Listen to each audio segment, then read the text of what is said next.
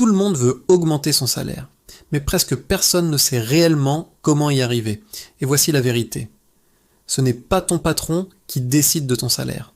C'est le rapport de force entre ta valeur, ta rareté et ta capacité à être indispensable. La plupart des gens attendent que ça tombe. Mais ceux qui augmentent vraiment leurs revenus, eux, déclenchent la mécanique. Aujourd'hui, je vais te montrer comment augmenter ta valeur, comment choisir le bon moment pour demander, et comment transformer une simple compétence en vraies opportunités. Beaucoup pensent qu'une augmentation, ça arrive quand on travaille bien. Mais en réalité, une entreprise ne t'augmente presque jamais par défaut.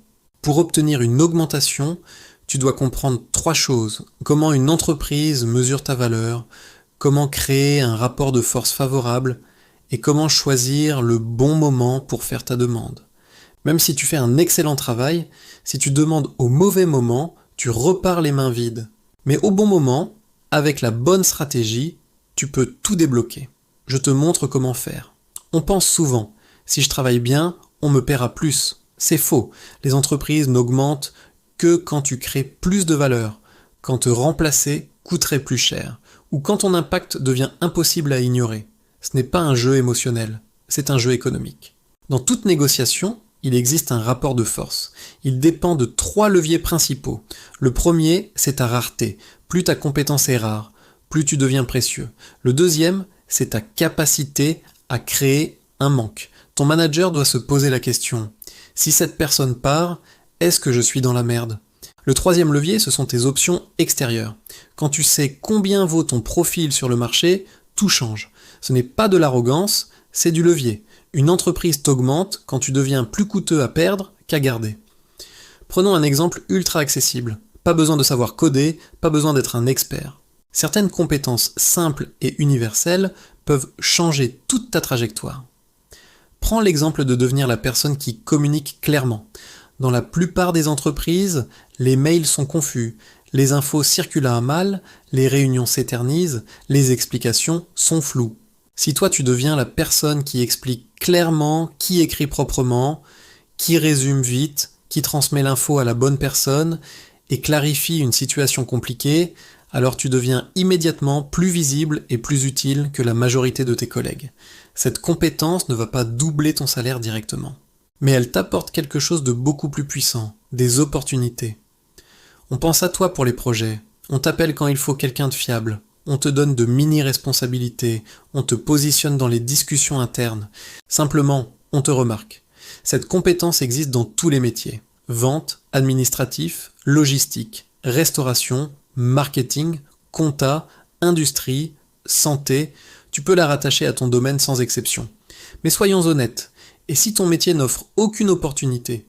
Certains métiers paient peu, évoluent peu et bloquent. Dans ce cas, changer légèrement de voie devient nécessaire. Pas un grand changement, mais un virage intelligent vers un métier qui paie mieux. Par exemple, du service client vers le support technique, de l'administratif vers la coordination, de la vente en magasin vers conseiller pro, de la logistique vers la planification, ou d'aide comptable vers le contrôle de gestion junior. Et oui, aller vers un métier mieux payé change tout. Avec plus d'argent, tu récupères du contrôle, tu te formes, tu investis, tu choisis ta vie. L'argent n'achète pas tout, mais il permet d'avoir enfin le choix. Alors, quel est le plan d'action concret? Premièrement, choisis une compétence qui est à la fois rentable et utile dans ton secteur. Deuxièmement, forme-toi 30 minutes par jour pendant 60 jours. C'est suffisant pour faire une différence. Troisièmement, crée un impact visible. Fais une amélioration concrète que tout le monde peut voir. Quatrièmement, et c'est une étape clé, passe des entretiens d'embauche, même si tu ne veux pas changer de travail. Cinquièmement, grâce à ça, tu vas découvrir ton vrai prix sur le marché, ce qui va renforcer ton rapport de force de manière spectaculaire. Une demande d'augmentation peut réussir ou échouer uniquement à cause du timing, les mauvais moments pour demander. Juste après avoir commencé un nouveau poste, pendant ta période d'apprentissage, en plein rush quand tout le monde est stressé, si l'ambiance est négative, si tu as fait des erreurs récemment ou quand l'entreprise n'a pas de budget. Évite ces moments à tout prix.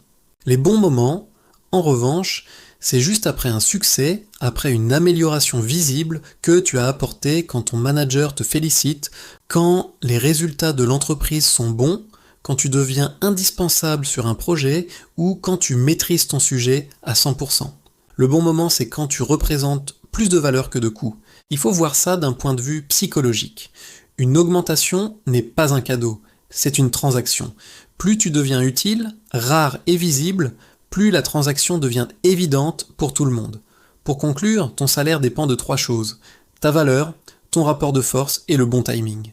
Développe une compétence stratégique, crée des opportunités, choisis le moment parfait, et ton salaire suivra naturellement.